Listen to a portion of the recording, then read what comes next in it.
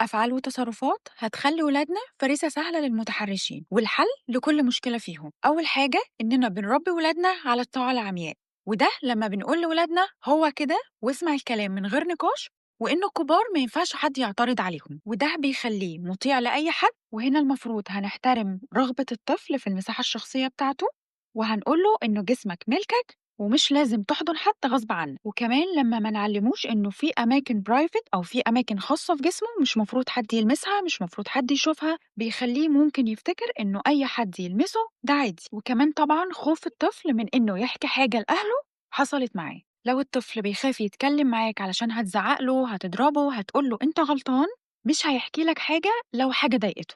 خليه يحس بالامان، وهنقول له انا جنبك، لو اي حاجه حصلت قولي وأنا هاساعدك وهاتصرّف مع اللي ضايقك.